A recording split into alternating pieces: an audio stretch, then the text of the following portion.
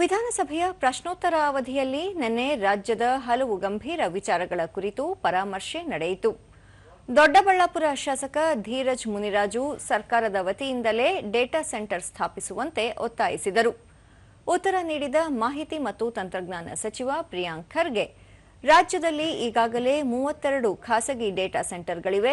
ಸರ್ಕಾರದಿಂದ ಬೆಂಗಳೂರಿನ ಹೊರಭಾಗದಲ್ಲಿ ಡೇಟಾ ಸೆಂಟರ್ ಸ್ಥಾಪಿಸುವ ಬಗ್ಗೆಯೂ ಪರಿಶೀಲನೆ ನಡೆಯುತ್ತಿದೆ. ಇದಕ್ಕೆ ಹೆಚ್ಚು ನೀರು ಮತ್ತು ವಿದ್ಯುತ್ನ ಅಗತ್ಯವಿದೆ. ಈ ಹಿನ್ನೆಲೆಯಲ್ಲಿ ಕರಾವಳಿ ಭಾಗದಲ್ಲಿ ಸ್ಥಳ ಪರಿಶೀಲನೆ ಮಾಡಲಾಗುತ್ತಿದೆ.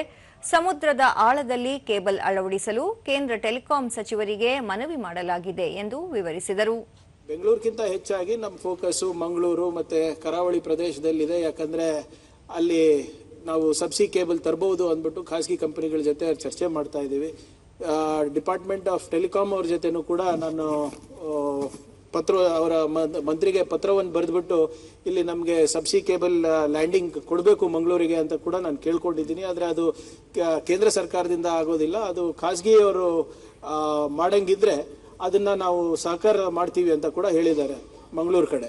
ಸೊ ಅದಕ್ಕೆ ಕೂಡ ನಾವು ವೈಯಕ್ತಿಕವಾಗಿ ಹಾಗೂ ಸರ್ಕಾರದಿಂದ ಕೂಡ ನಾನು ಪ್ರಯತ್ನ ಮಾಡ್ತಾ ಇದ್ದೀನಿ ಅಧ್ಯಕ್ಷರೇ.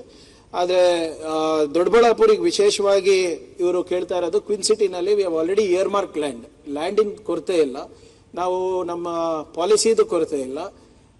ಇನ್ನ ಹೆಚ್ಚು ರೀತಿಯಾಗಿ ನಾವು ಇನ್ವೆಸ್ಟ್ಮೆಂಟ್ ಬಂಡವಾಳವನ್ನು ಹುಡುಕ್ಲಿಕ್ಕೆ ನಾವು ಪ್ರಯತ್ನ ಮಾಡಿ ಡೇಟಾ ಸೆಂಟರ್ಸ್ನ ಆದಷ್ಟು ಮಟ್ಟಿಗೆ ನಮ್ದು ಫೋಕಸ್ ಬಿಯಾಂಡ್ ಬೆಂಗಳೂರು ಇರೋದು. So we will ensure that as much data centres can be brought in. ಗ್ರಾಮ ಪಂಚಾಯತ್ನಲ್ಲಿ ಕೆಲಸ ಮಾಡುತ್ತಿರುವ ಸಿಬ್ಬಂದಿಗಳಿಗೆ ವೇತನ ಹೆಚ್ಚಳ ಮಾಡಬೇಕು ಎಂದು ಶೃಂಗೇರಿ ಶಾಸಕ ಟಿಡಿ ರಾಜೇಗೌಡ ಆಗ್ರಹಿಸಿದರು. ಅಟೆಂಡರ್ಗೆ 12,873, ಕ್ಲೀನರ್ಸ್ಗೆ 16,019 ರೂಪಾಯಿ ಸಚಿವ ಪ್ರಿಯಾಂಕ್ ಖರ್ಗೆ ಉತ್ತರಿಸಿ, ಕನಿಷ್ಠ ವೇತನ ಅಧಿನಿಯಮವನ್ನು ರೂಪಿಸಿರುವ ಕಾರ್ಮಿಕ ಇಲಾಖೆ ಕರಡು ಅಧಿಸೂಚನೆಯನ್ನು ಹೊರಡಿಸಿದೆ. ಅಂತಿಮ ಅಧಿಸೂಚನೆ ಜಾರಿಯಾದ ಬಳಿಕ ನೌಕರರ ವೇತನ ಪರಿಷ್ಕರಣೆ ಮಾಡಲಾಗುವುದು. ಅದಕ್ಕೂ ಮುನ್ನ ಆರ್ಥಿಕ ಇಲಾಖೆಗೆ ಪ್ರಸ್ತಾವನೆ ಸಲ್ಲಿಸಲಾಗಿದೆ. ಅಲ್ಲಿಂದ ಅನುಮತಿ ಪಡೆದು ಕ್ರಮ ಕೈಗೊಳ್ಳುವುದಾಗಿ ಭರವಸೆ ನೀಡಿದರು. ಇದು ನಾವು ಮಾಡೋದಲ್ಲ ಅಧ್ಯಕ್ಷರೇ, ಕಾರ್ಮಿಕ ಇಲಾಖೆದವರು ಮಾಡ್ತಾರೆ. ಕಾರ್ಮಿಕ ಇಲಾಖೆದವರು ಈಗಾಗಲೇ ಎಲ್ಲ ಇಲಾಖೆದವರಿಗೆ ಅವರ ಅಭಿಪ್ರಾಯನ ಕೇಳಲಿಕ್ಕೆ ಒಂದು ನೋಟಿಫಿಕೇಶನ್ ಅನ್ನು ಹೊರಡಿಸಿದ್ದಾರೆ ಅಧ್ಯಕ್ಷರೇ.